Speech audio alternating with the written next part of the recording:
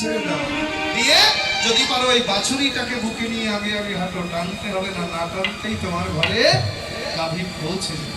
মহাজন বললেন ভগবানকে যদি পেতে চাও ভগবানকে ছেড়ে দাও, দিয়ে যদি পারো তার অন্তরঙ্গ ভক্ত বৈষ্ণবের চরণখানে বুকে নিয়ে নিতাই গৌর হরিবল বলে হাঁটতে হবে।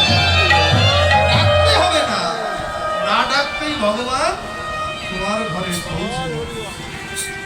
আমরা তো জানি না বৈষ্ণব চরণের মহিমা, আমরা বুঝি না ভক্ত চরণের মহিমা।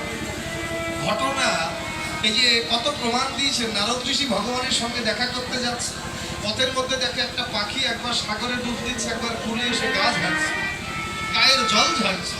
নারদ পাখির কথা বুঝতে, পাখির কাছে গিয়ে দেখে জিজ্ঞাসা করছে, আচ্ছা পাখি, আমি অনেকক্ষণ ধরে দেখছি তুমি একবার সাগরে ডুব দিচ্ছ, একবার কুলে এসে গা ঝাড়ছো, কারণটা কি বলবে? পাখি বলছে, নারদ, এই সাগরের উপর আমার রাগ হয়ে গেছে, তাই আমি ভাবছি সাগরটাকে সেচে ফেলবো। চমকে উঠলেন নারদ।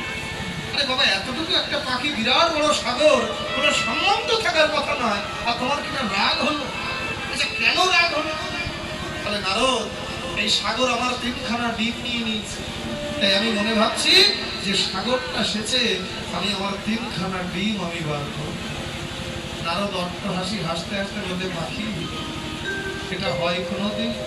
এটা সম্ভব নয়, হয় তাই কোনোদিন? পাখি সাগর সেচতে পারে? এটা হবে না, সম্ভব নয়, পারবে না, ছেড়ে দাও। পাখি বলছে, নারদ, এতক্ষণ ধরে আমিও করছিলাম, আমার মনে একটা দ্বিধাদ্বন্দ্ব কাজ করছিল যে আমি বোধহয় পারবো না, কিন্তু এখন বুঝতে পারছি আমি ঠিক পারবো। চমকে উঠতে পারবো। কেন কেন কেন এখন তোমার কেন মনে হলো যে তুমি সাগর সেচতে পারবে? বলছে, নারদ, এতক্ষণ বাদে যে তোমার মতো বৈষ্ণবের চরণ দর্শন,